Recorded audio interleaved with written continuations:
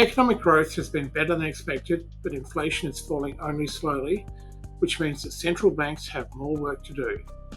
Recession indicators are still flashing warning signs. This creates a positive backdrop for government bonds, but uncertainty for equity markets.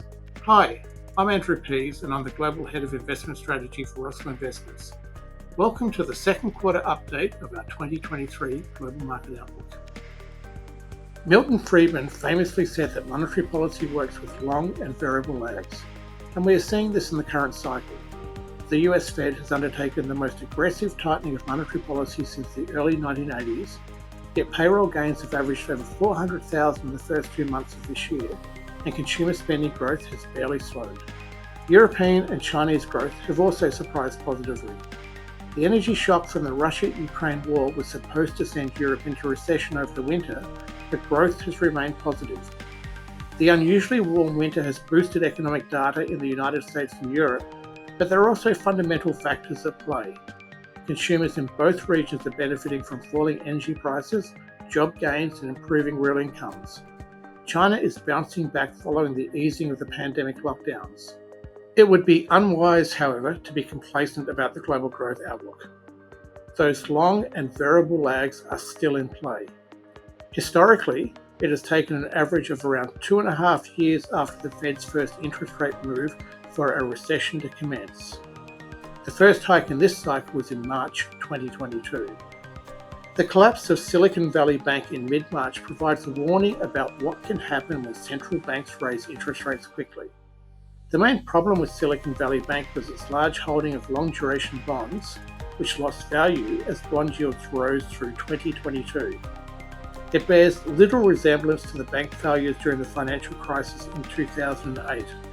These were mostly due to losses on mortgage-backed securities.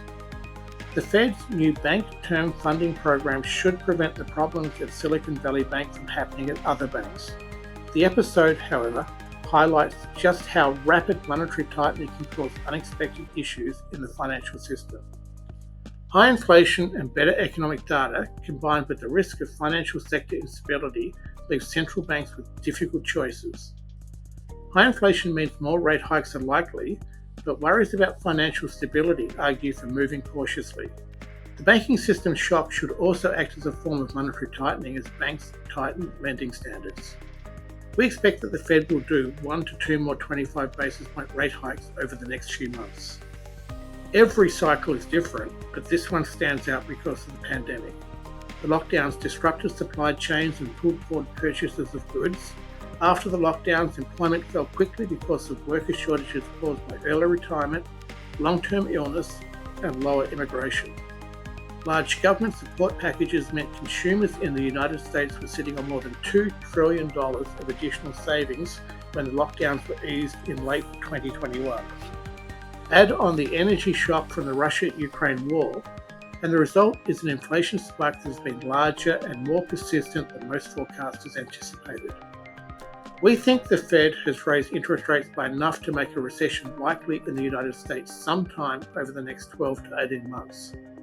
Strong household and corporate finances should make it a mild recession by historic standards. A mild recession, however, implies that the cycle will be a headwind for equity markets as earnings and economic indicators deteriorate. It's a more favourable environment for government bonds, which should provide investors with good diversification potential. Let's turn to our asset class preferences. Our cycle, value and sentiment decision-making process points to an uncertain global equity market outlook. The possibility of recession means that the cycle is a headwind for equity markets. This may improve once the Fed has finished tightening. The turning point will come when interest rate cuts are on the horizon. Our valuation methodology is scoring US equities as slightly expensive and non-US equities as close to fair value. Our composite sentiment indicator for equities is marginally oversold as of mid-March. It had moved to slightly overbought early in the year as equities rallied, but reversed on the market volatility following the collapse of Silicon Valley Bank. We judge sentiment as neutral for the outlook. This means that our cycle, value and sentiment conclusion for equities is that the cycle is poor but may improve, value is expensive to a best fair value, and sentiment is broadly neutral. Government bonds are attractive from a cycle value and sentiment perspective. The cycle is supportive with inflation set to decline, recession on the horizon, and with central banks potentially pausing over the next few months.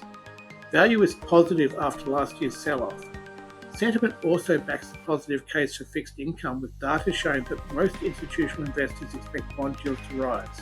This is supportive from a contrarian perspective. It's been an eventful start to 2023, but it's important to remember that markets and economies move in cycles. The economic news may get worse as central bank rate hikes flow through the economy.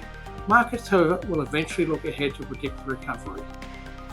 Thanks for watching, and don't forget to take a look at the full Global Market Outlook report, and we will talk to you again soon. Hi, I'm Eric Risteman, Chief Investment Strategist for Russell Investments. If you like what you saw in this video and want to see more like it, please subscribe to our YouTube channel.